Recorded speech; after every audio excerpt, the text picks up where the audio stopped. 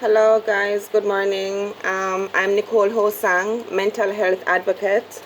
I'm picking up from a video I did previously, part one of a video I did in reaction to the Pembroke teacher and students situation in the classroom. Not sure how many of you have seen the video, but if you haven't, you can check it out. Ask your friends, maybe they would know. But it's a situation of a teacher and a student at the Pembroke High School in what would be considered to be somewhat of a brawl in the classroom. So I did a reaction video to it, part one, and now I'm doing part two. So hello, internet friends. For those of you who don't know me, I'm Nicole Hosang. I'm a mental health advocate, or mental health advocacy is one of the things that I do, or who I am. Right. So yesterday I was talking about, seeing the video trending, seeing almost all my Facebook friends sharing the video of the teacher, yelling at the student and hearing what the student was saying and all of that.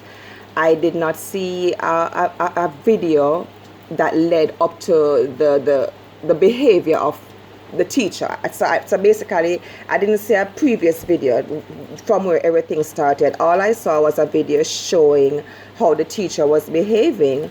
And I, watching it circulating on the internet, I had no comment, but I was reading a lot of the comments. And I would say 90% of the people posting in the comments were coming down hard on the teacher.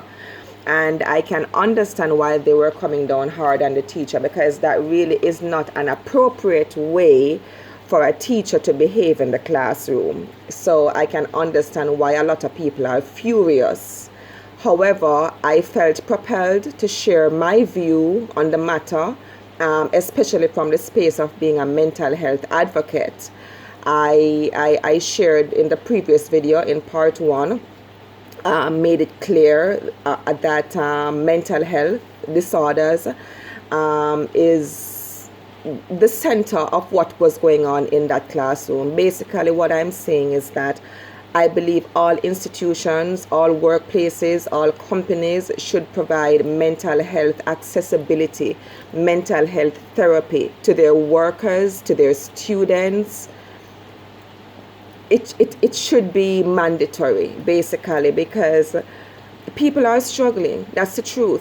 People are struggling internally, and especially in a culture like Jamaica, where we are from. Jamaica is a rough culture. We know that already. It's a rough culture. People are aggressive. People are rough. When men were little boys, you tell them, say them cry, them are going like them a sissy. So basically, from a very early age, we have been teaching our men that if you show your emotions, then you act like you're a girl. You know what I mean? If as a woman you're showing your emotions, or as a girl, whatever, you're showing your emotions, you're crying, you're too soft. So basically what I'm saying is that from the get-go, from a very early age, we have been teaching and we have been taught that to show our innermost, delicate, sensitive emotions, it means that you're soft. You're not supposed to show that to the world. And I'm saying that to say this. What I gathered, and not just as a mental health advocate, but as a spiritual person also. What I gathered watching that experience, I felt so torn. I felt torn for the teacher. I felt torn for the student. I felt sad for the teacher. I felt sad for the student. I felt sad for even students who she wasn't addressing. I felt sad for them, because when I saw her response, the way she was responding to the student, and I was listening to what he was saying to her, where the tone of how he spoke to her, it wasn't aggressive, but I would say it was, let's leave that alone for now, okay? But what I detected basically is that those are two people who are struggling internally. And I think that instead of, coming down, bashing the woman, yes, I agree that her behavior was inappropriate for a teacher in the classroom. But as a mental health advocate, I still have to speak from the place of being a human being, knowing that she's a human being that made mistakes, knowing that the young man, the student, is a human being that makes mistakes. And apart from us focusing on what needs to be done to punish her, I think we should focus the education system, the government officials, citizens of Jamaica. I think instead of focusing only on punishing her, I don't know about the punishing thing. That's not my space. I'm a mental health advocate. I know about getting help for people who need it. And I think we really need to be sensitive towards getting help for both of them, for the teacher and for the student, because it is obvious that they're struggling internally. The level of frustration that I saw coming from that teacher, I could feel her pain. I could feel her level of frustration, whether it is in the classroom, whether it is something personal that she's going through. I don't know. I don't know what she's going through. In regards to the young man, that's why you bring my mother into this. When she said, who you think you raised up yourself, or you think your mama you chat to? I don't know why he took that.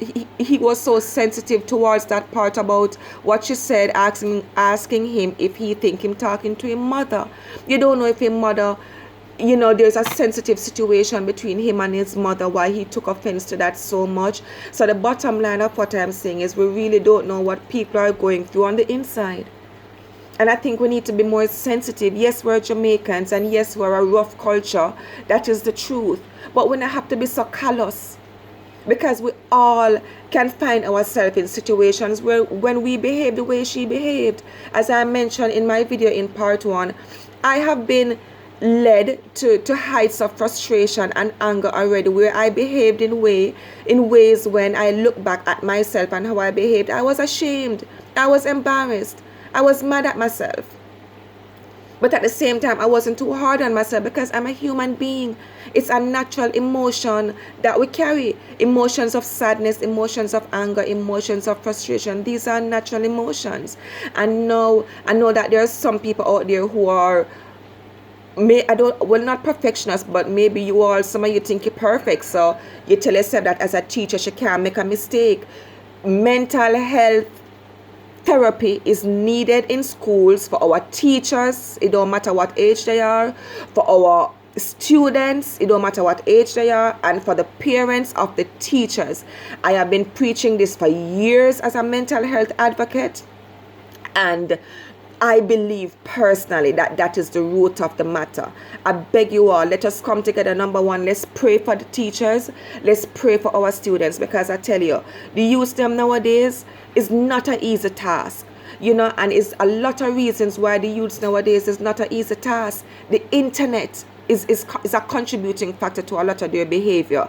The young people also, whether children or young teens or older teens, young people, they are going through depression and anxiety and frustration also that we don't know about, because they're not sharing it with nobody. Because as Jamaicans, we don't make it inviting for young people or even adults to share what they're going through internally, whether men or women. We need to cut out this stigma where we feel like if a person is struggling with a mental health disorder, it means that they're mad. Nothing don't go so. You understand? We need to spend time to find out how people are doing emotionally, how people are feeling on the inside.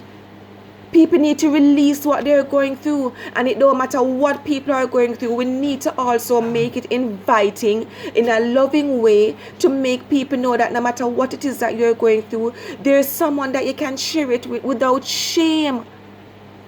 We're too callous. We're getting too callous. Yes, now I know that a lot of the callousness have a lot to do with spiritual stuff, but I'm not getting into the spiritual aspect right now. I can get into that, but I'll save that for another video. But basically, for the long and short of it, mental health therapy is needed in all our schools, in all our institutions, in all our workplaces, for the employees, for the employers, for our police officers, for our students, within our family. Go and see a professional. If you can't afford to go see a professional, the hospitals, health centers, I think some of them have therapists that you can get access to for free. Speak to someone that you trust. See who can help you to see a professional.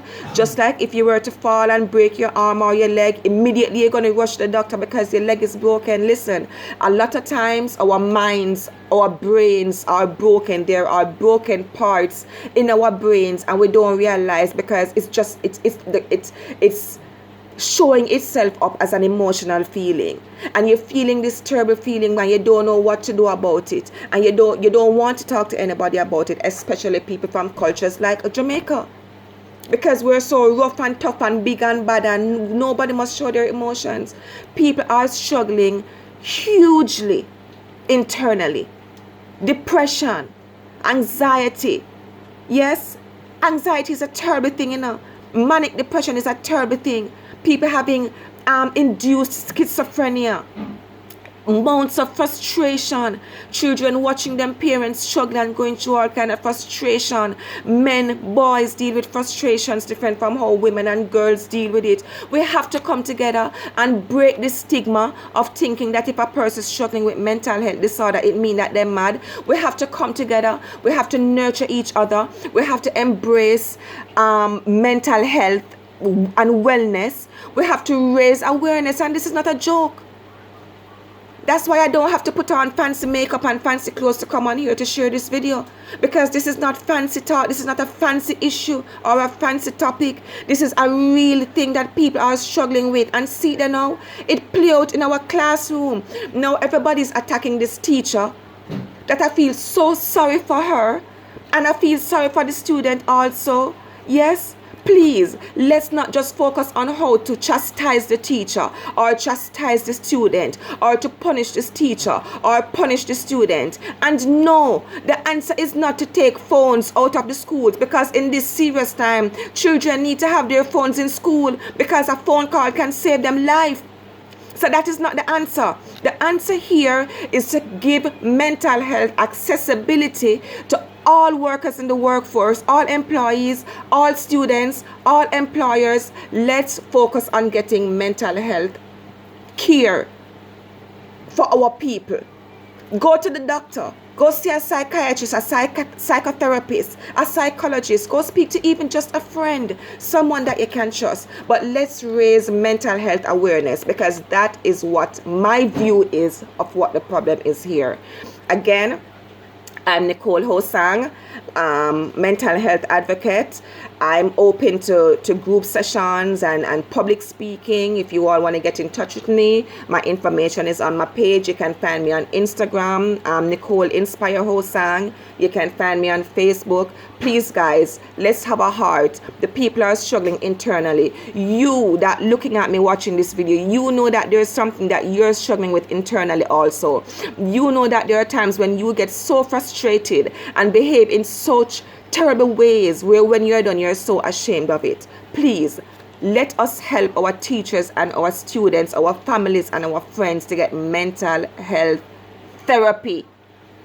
Okay, guys, I love you all. God bless you. God bless Jamaica.